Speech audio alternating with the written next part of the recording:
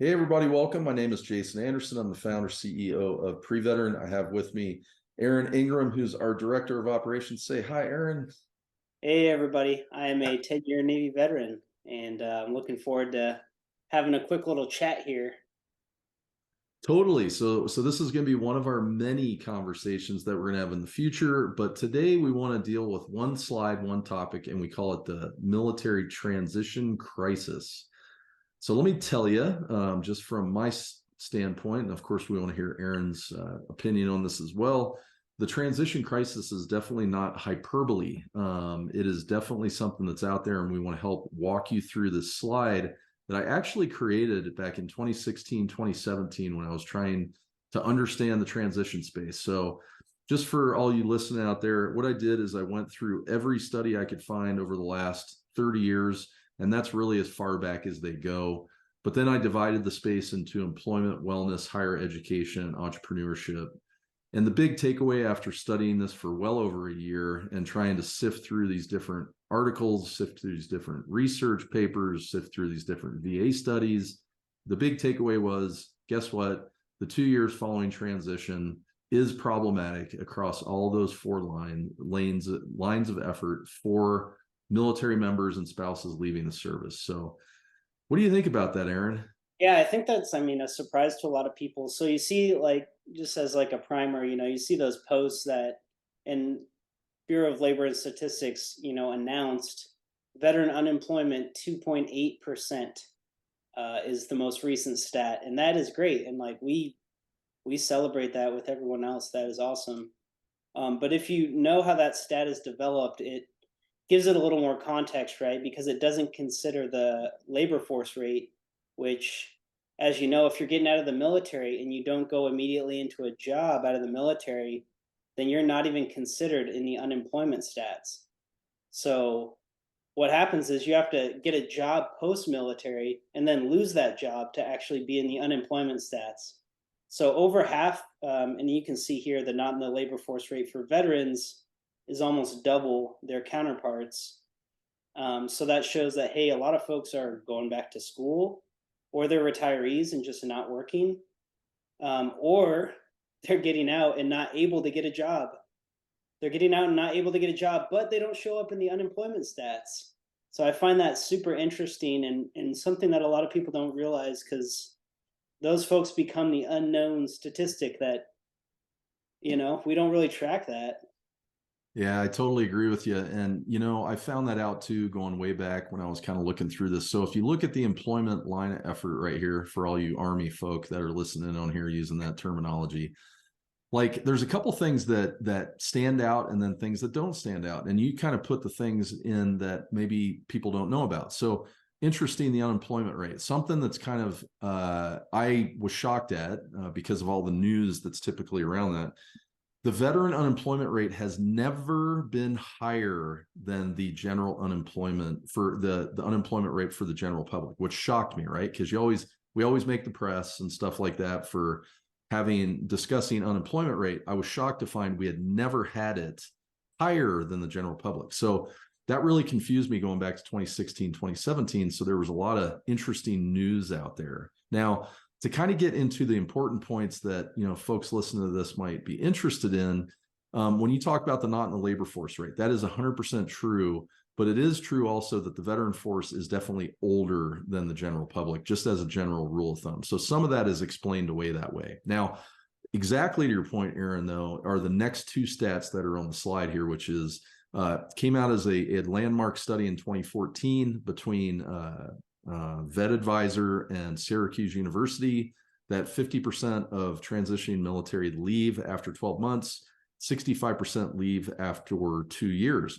That is, just so you know, when you compare it to the general public, that is 4 times faster of leaving their first job than their general public counterparts, which makes it hard for companies to write a business proposal to hire on veterans, because when veterans actually enter the workforce and then leave at a higher rate than their civilian counterparts, it's a high cost to the business. So it becomes, that's why we're frankly in the talent pool for more protected class, because we do leave the first employment opportunities so much quicker. And so the U.S. Chamber of Commerce actually comments on this, and it explains it, saying that these veterans are leaving their first job within a year, often because they didn't feel they were a right fit, or because they struggled to find a sense of purpose in their post-military job, which I think is probably, pretty close to the mark on why those folks are leaving. That's such a great segue into, so we'll go through the next couple lines here. So the next one is wellness. Now, when I went through this, if you or anyone that's listening to this has kind of, been reading the news or has alerts on their calendars or on their incoming news feeds, you'll find out that the suicide rate within the DoD is higher than it was in the years past. And that's reflected on this graphic.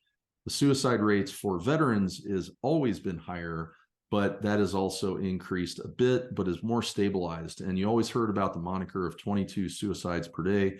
One is too many, but when you talk about 22, that's actually not an accurate statistic that's been passed around. It's more 16 to 17, but again, one is too many.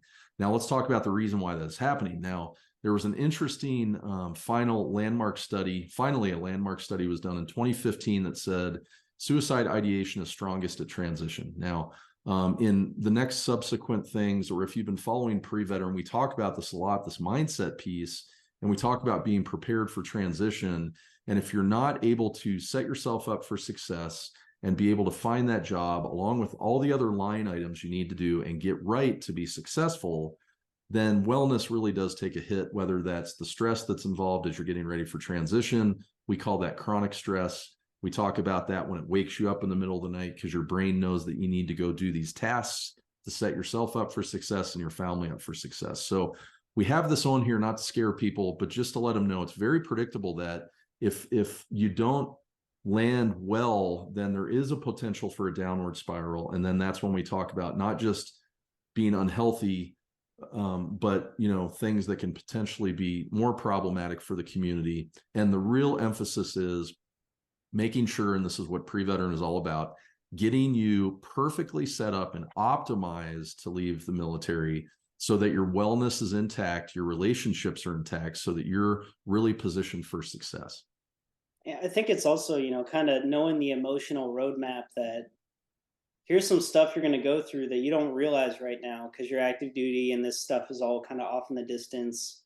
It's just not top of mind, maybe if you still have a few years. But if you can start wrapping your mind around the emotions you're going to go through as that time gets crunched down closer and closer to your transition, because we see it every day. I mean, we see it with people and their families and stuff they're going through. And if they haven't anticipated those feelings that they're going to have and they can't really get ahead of it, then it just adds to the feeling of overwhelm, the total kind of just not knowing where to turn always, but also not being able to process everything because you're just totally overloaded. And then from there you sort of have compromised decision making and you're doing things that are just going to hurt you even more.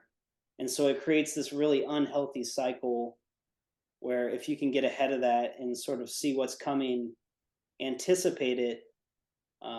I know in aviation, I think of it this way, right? Is like if you're a good pilot, you're always ahead of the aircraft. You're like thinking about where it's going instead of where you are right now. And you stay ahead of things and that prevents you from getting in bad situations.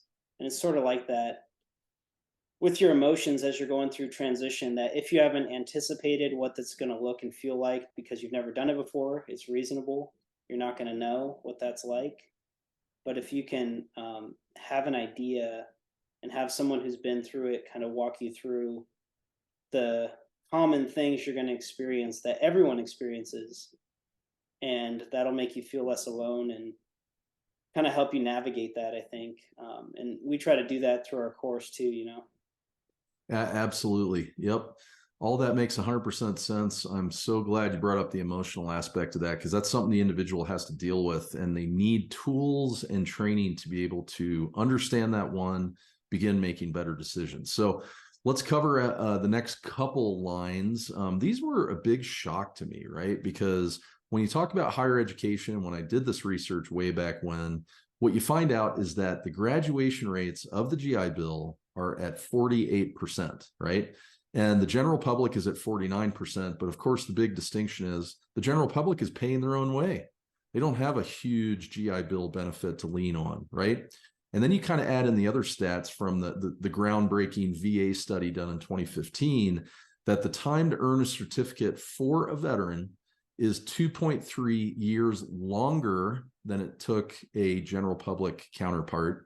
And then for the time to earn undergrad or graduate degree, it is 1.8 to 2 years longer. So basically the big takeaway is it's taking longer. So Aaron, I know in the next couple of videos, we're going to be talking about why this is happening, but I just wanted to get your thoughts on just those stats that might be a bit shocking to folks.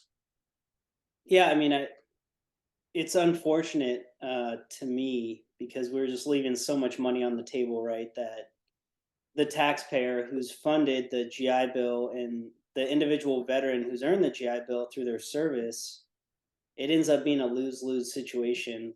Um, Actually, for another party too, for the school itself. So, you have the individual losing because they don't end up with a degree if they don't graduate.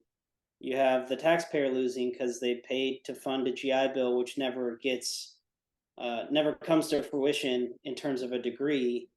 And then, you have the higher ed institution losing out because they're not getting the full 36-month GI Bill benefit from that veteran who should be graduating and getting their degree. And so it's just, it's unfortunate that that's happening. And I think part of it is the mindset piece, which we try to focus on so much, that a lot of folks are getting in this very stressed emotional position when it comes to transition. They're making compromised decisions and they see higher education as a extended transition option where, hey, I can buy myself some time and figure things out, right? And then hopefully get a degree that's going to help me with employment. But if you don't go into that with intentionality on what you're actually doing after the degree, and you don't walk in with that expectation, then you're a lot less likely to follow through with finishing the degree, and you're probably going to walk away, which we just hate to see. So I don't know. That's kind of what I'm thinking in terms of why that's happening. I mean, we'll have to dive into that another time, but there's a lot going on there. There is a lot going on there. And I think everyone that's listening would be surprised that we spend as a country $13 billion with a B per year on the GI Bill, which by definition, if you're doing 48%, that's 7 billion out the window with unrealized usage of the GI, or sorry, unrealized gain of having such a tremendous benefit like the GI Bill. So I'll tell you what, let's finish up with the transition crisis today, talking about entrepreneurship. So here's my take, right?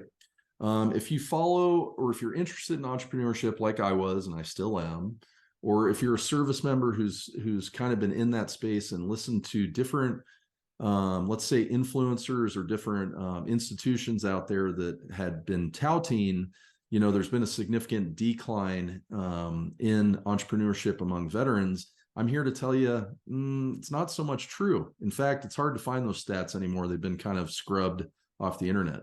So back in the day when I was doing this, there were a couple of key folks who were talking about how back in post-World War era Reconstruction, there was a significant amount of entrepreneurship. That you could just say that with a broad brush, I think. I mean, the whole country was undergoing Reconstruction. The fact that there was a bunch of veterans making businesses, to me, isn't really business. It isn't really newsworthy at all. Now, my opinion is, if you follow the stats, and there's very few organizations who publish these stats, so it's really hard to kind of get your head wrapped around it. But if you look at the graph, it goes from around 50% post-World War II to 12% in 1996 to 4.5% post 9/11.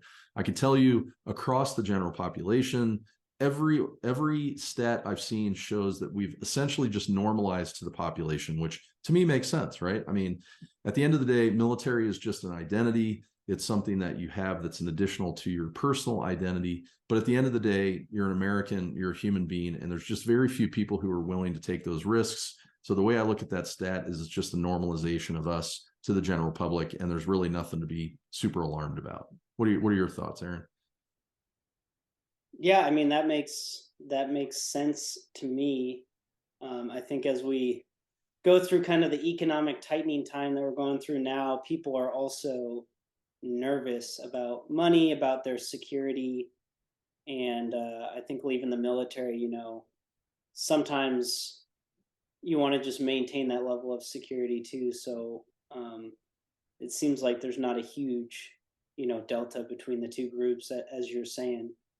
But I think there is an opportunity to make that different in that I think veterans could be a higher than average entrepreneurship rate from the background population because of the fact that we're so sort of generalized and broad spectrum from our background and experience that to carry over all of those skills is more of a small business startup entrepreneurship mentality if you're going to be doing all these different tasks.